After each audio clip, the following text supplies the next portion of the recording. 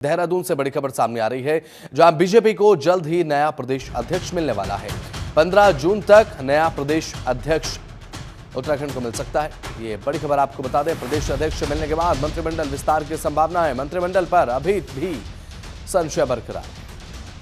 ये बड़ी जानकारी आपको हम पहुंचा रहे हैं। 15 जून तक नया प्रदेश अध्यक्ष मिल सकता है उत्तराखंड को। देहरादून से समय की बड़ी अपडेट। प्रदेश अध्यक्ष मिलने के बाद मंत्रिमंडल विस्तार की संभावनाएं भी बताई जा रही हैं। मंत्रिमंडल में भी विस्तार हो सकता है। अभी भी हालांकि मंत्रिमंडल पर संशय लगातार बरकरार है, लेकिन कयास ये लगाए जा रहे हैं जब नए प्रदेश अध्यक्ष का ऐलान हो जाएगा उसके बाद मंत्रिमंडल में भी विस्तार हो सकता है। बीजेपी को जल्द ही अब नया प्रदेश अध्यक्ष मिलने जा रहा है। 15 जून तक हो सकता है कि नया प्रदेश अध्यक्ष कौन हो इसकी घोषणा भी हो जाए, नए प्रदेश अध्यक्ष के नाम का ऐलान भी हो जाए।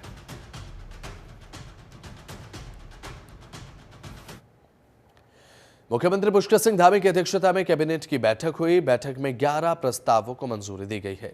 इसमें सबसे महत्वपूर्ण उत्तराखंड की पहली योग नीति को मंजूरी मिलना है। योग नीति के जरिए प्रदेश के 5 क्षेत्र का योग हब के रूप में विकसित किया जाएगा और इन क्षेत्रों का विकास बेहद ज्यादा जरूरी भी है। और इसी के साथ राज्य सरकार ने स्वास्थ्य विभाग को 75 करोड़ रुपए लोन देना स्वीकार किया है, ये निर्णय लिया है। कैबिनेट ने कर्मचारियों, पेंशनर्स और साथ ही उनके आश्रितों को गोल्डन कार्ड पर कैशलेस इलाज के लिए नई व्यवस्था को कैबिनेट ने मंजूरी दे दी है। आपको हम बता दें कि अब प्रोक्योरमेंट नियमावली में संशोधन किया गया है। राज्य में 10 करोड़ रुपए तक के विभागीय कार्यों को स्थानीय ठेकेदारों के माध्यम से कराया जाएगा। हर श्रेणी में बढ़ाई गई स्थानीय ठेकेदारों के काम करने की सीमा को लेकर और साथ ही स्थानीय लोगों और स्थानीय उत्पादों को लेकर भी विशेष जोर दिया गया है।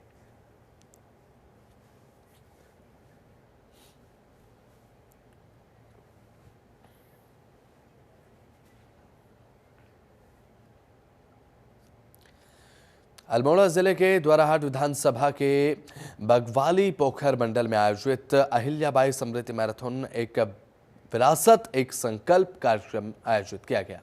बीजेपी रानीखेत जिला अध्यक्ष घनश्याम भट्ट ने मैराथन का फ्लैग ऑफ किया, साथ ही प्रतिभागियों के साथ दौड़ लगाकर उनका उत्साहवर्धन भी किया। आपको हम बता दें कि रानीखेत घनश्याम भट्ट ने ये कहा है कि ऐसे आयोजन से जहां एक और फिट इंडिया मूवमेंट को बल मिलता है, तो वहीं दूसरी ओर हमारी समृद्ध संस्कृति विरासत के संरक्षण और संवर्धन का संदेश भी जन जन तक पहुंचता है।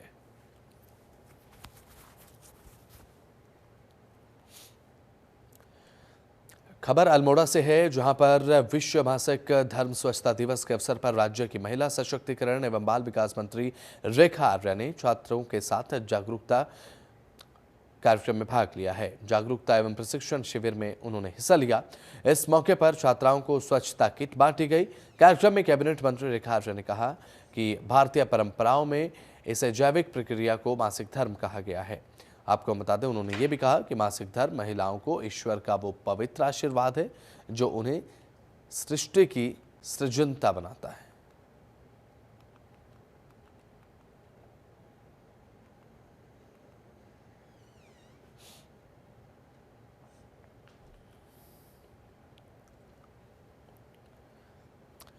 चमोली में शंकराचार्य स्वामी वासुदेवानंद सरस्वती जी महाराज ने भगवान बद्रीनाथ जी के दर्शन किए हैं। आपको हम बता दें कि मंदिर में वेद पाठ, पूजा अर्चना संपन्न कर लोक कल्याण की कामना की गई। बीकेटीसी अध्यक्ष के आवास पर शंकराचार्य जी का बीकेटीसी अध्यक्ष एवं पदाधिकारियों ने भव्य स्वागत किया। साथ ही शाल और तुलसी माला, स्मृति चिन्ह और भगवान बद्रीनाथ जी का प्रसाद उन्हें भेंट किया गया है।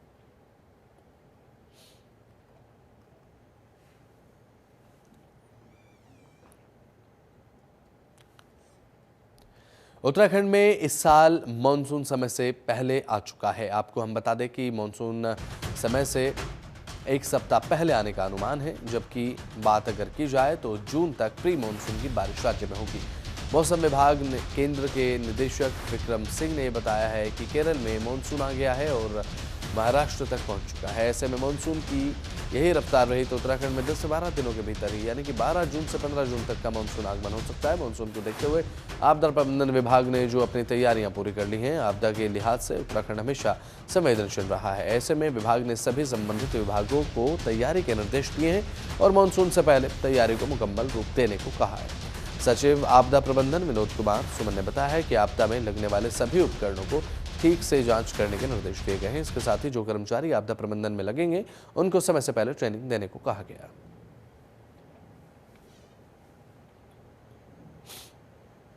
मानसून का हम स्वागत करते हैं। मानसून सत्र इस बार समय से थोड़ा पहले आने की संभावना है।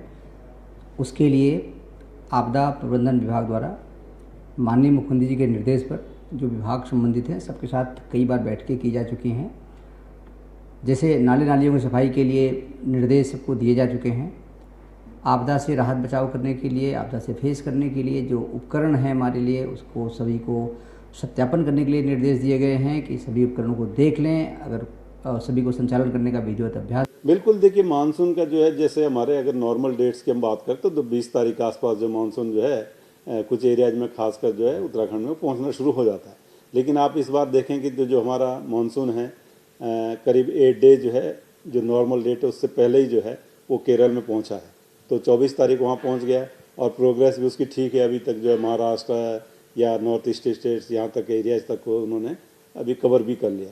तो ऐसा लग रहा है कि अगले 10 से 15 दिन में जो है यहाँ तक भी चीज़ें आ जानी चाहिए। आप अगर ऐसे भी देखेंगे तो 8 डेज बिफोर है तो करीब 10 के आसपास या 12 के आसपास जो है वो आना चाहिए। लेकिन स्पीड अभी ठीक दिख रही है मानसून की, तो यही लग रहा है कि अगले 10। हरीश कनेडा हमारे संवाददाता जुड़ चुके हैं ज्यादा जानकारी के साथ। हरीश, फिलहाल क्या कुछ ताज़ा अपडेट है? जैसे कि बताया जा रहा है कि मानसून अगर समय से पहले आता है तो जाहिर सी बात है यहाँ पर प्रशासन की दिक्कतें बेहद जल्दी के साथ बढ़ने वाली हैं। प्रशासन की तैयारियां क्या हैं इसे लेकर? देखिए वसंत, जिस तरह से प्रशासन की बात करें, सरकार की बात करें, शासन की बात करें, तो लगातार आपदाग्रस्त इलाकों में जो है वो मीटिंगें की जा रही थी ताकि इस तरह की कोई दिक्कत ना हो। और खासतौर पर अगर हम वो इलाके चिन्हित करें जहाँ पर चारधाम यात्रा चल रही है, तो काफी चमोली और कुशलया, इनमें विशेष फोकस सरकार का है। और आपदा से जुड़े जो विभाग हैं सभी को अलर्ट मोड पर रखा गया है और जो तैयारियां हैं वो भी लगभग पूरी हो चुकी हैं कि किस तरह से आपदा प्रबंधन जो डिपार्टमेंट है वो यहाँ पर काम करेगा, जो आपदा की जो दस्ते हैं वो किस तरह से यहाँ पर काम करेंगे, चाहे वो NDRF हो, SDRF हो, IDPP हो, सभी को अलर्ट मोड पर रखा गया है। और ऐसे में जगह जगह पे तहसील प्रशासन, जिला प्रशासन को भी कहा गया है। हालांकि अभी मानसून आने में समय है, लेकिन अगर मानसून समय से पहले आता है तो कहीं ना कहीं जो मुश्किलें हैं वो बढ़ सकती हैं। अभी आपने देखा कि देहरादून सहित तमाम जगहों पर बारिश हुई थी और जिससे कि कई जगहों पर जलग्रहाव की स्थिति भी देखी गई है। यानी कि ये साफ है कि कहीं ना कहीं जो नगर निगम है या नगर पालिकाएं हैं उनको भी उनकी जो उनका जो कार्यशैली है उस पर भी कहीं ना कहीं सवाल उठते हुए नजर आए। और ऐसे में अब उनको भी चाहिए कि बहुत समय से पहले की जो नालियां हैं, जो चौक हो रही हैं, उनको भी दुरुस्त किया जाए ताकि जो मानसून में इस तरह की दिक्कतें लोगों के सामने न आ पाए। और इसके अलावा अगर हम यात्रा रूट की बात करें या फिर हम पहाड़ी क्षेत्रों की बात करें जहाँ पर कई जगहों पर लगातार बारिश भी हो रही है, हालांकि वहां पर आपदा जैसी स्थिति नहीं है, लेकिन बावजूद इसके अगर ऐसी स्थिति बनती है तो सभी जगहों पर आपदा से जुड़े जो विभाग हैं, खासतौर पर चाहे वो आपदा प्रबंधन हो, चाहे जिला प्रशासन हो, PWD हो, NDRF, SDRF हो, तो सभी को अलर्ट मोड पर रखा गया है। और साथ ही अगर हम रूट की अगर बात करें तो जहाँ पर डेंजर जोन है, जहाँ पर लगातार स्लाइडिंग होती है, वहां पर भी JCB प्रोग्राम जैसी मशीनें रखी गई है ताकि समय से पहले ही जो रास्ता है, जो रूट है वो खुला जाए और यात्रा होने में किसी भी प्रकार से कोई दिक्कत न हो। चलिए ठीक है, बहुत बहुत शुक्रिया हरीश, जुड़े आप और जानकारी आपने दी, बहुत बहुत शुक्रिया आपका। रुड़की में सबसे बड़े सिविल अस्पताल में पिछले 4 साल से ICU वार्ड में लटकता हुआ ताला स्वास्थ्य महकमे पर सवाल खड़े कर रहा है। बिना स्टाफ के ICU वार्ड बंद पड़ा हुआ है। ICU वार्ड को संचालित करने के लिए अस्पताल के CMS कई बार स्वास्थ्य निदेशालय को पत्र भेज चुके हैं, लेकिन आज तक ICU वार्ड को चलाने के लिए स्टाफ तक नहीं मिल पाया। तो वहीं मामले में CMS डॉक्टर संजय कंसल ने बताया है कि 11 बेड का ICU वार्ड को चलाने के लिए ट्रेन स्टाफ मांगा गया था, लेकिन आज तक स्टाफ की उपलब्धता नहीं हो पाई है। इस बारे में स्वास्थ्य मंत्री धन सिंह रावत सहित DG हेल्थ को भी अवगत करा चुके हैं और आश्वासन मिला है कि जल्द ही ICU वार्ड को स्टाफ मिल जाएगा।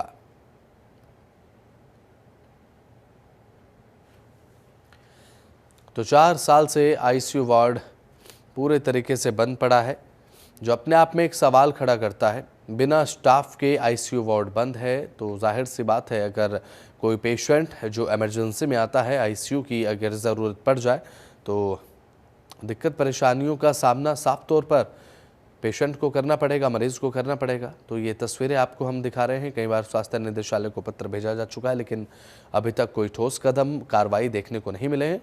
देखने की बात यह है कि कब तक इस मामले को लेकर कार्रवाई होती है और कब तक आईसीयू में ट्रेंड स्टाफ की उपलब्धता कराई जाती है।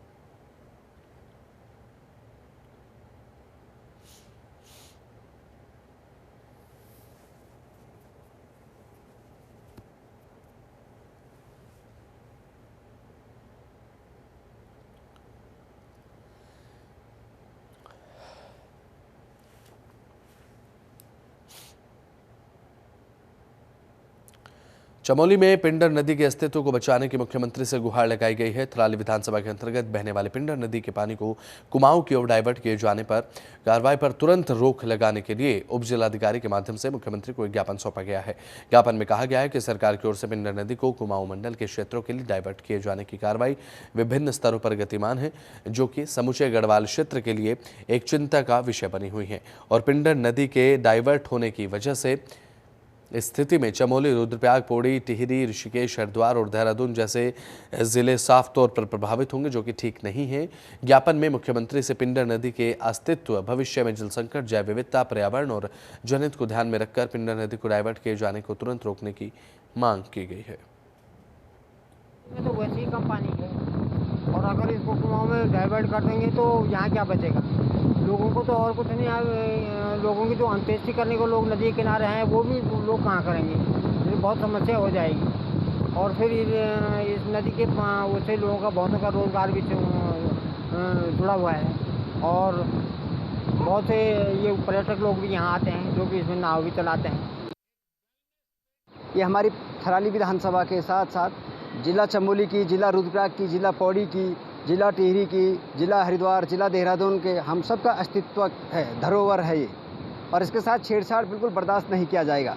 विभिन्न माध्यमों से हमें ज्ञात हो रहा है ये, और शायद 3 अप्रैल 2025 को माननीय मुख्यमंत्री चौखुटिया में भी अष्टमी के दिन वहाँ पे एक मेला लगता है, उसमें भी घोषणा की कि पिंडर का पानी हम कोसी की तरफ डाइवर्ट करेंगे। अगर आप ये देखिए, हिंदुस्तान की कई नदियाँ ऐसे उद्गम स्थल जाती है, आधे भारत में आते विलुप्त हो जाती है। धीरे धीरे बारिश कम हो रही है, ग्लोबल वार्मिंग है, क्लाइमेट चेंजिंग में हो रहे हैं, बर्फ़ नहीं हो रही है, ग्लेशियर नहीं बन रहे हैं, और अगर धीरे धीरे ऐसी होता रहेगा तो इसका पानी बिल्कुल कम हो जाएगा। श्री केदारनाथ धाम में वीआईपी दर्शनों को लेकर श्रद्धालु में हुए विवाद के बाद सोशल मीडिया पर वायरल हो रहा है। आपको हम बता दें कि इसे लेकर पुलिस अधीक्षक रुद्रप्रयाग ने संज्ञान लेते हुए जांच बिठा दी है। तो वहीं अब वीडियो में हेली कंपनी के कर्मचारियों के साथ नोकझोंक करने वाले पुलिसकर्मी के खिलाफ अनुशासनात्मक कार्रवाई की जा रही है। आपको बता दें कि केदारनाथ धाम में हेली कर्मचारी ने पुलिस के साथ हाथापाई की, इसके बाद हंगामा हो गया। तो वहीं दूसरे पक्ष का आरोप है कि पुलिस की तरफ से उनके साथ मारपीट की गई। फिलहाल इस पूरे मामले में सच क्या है, ये जांच के बाद सामने आएगा।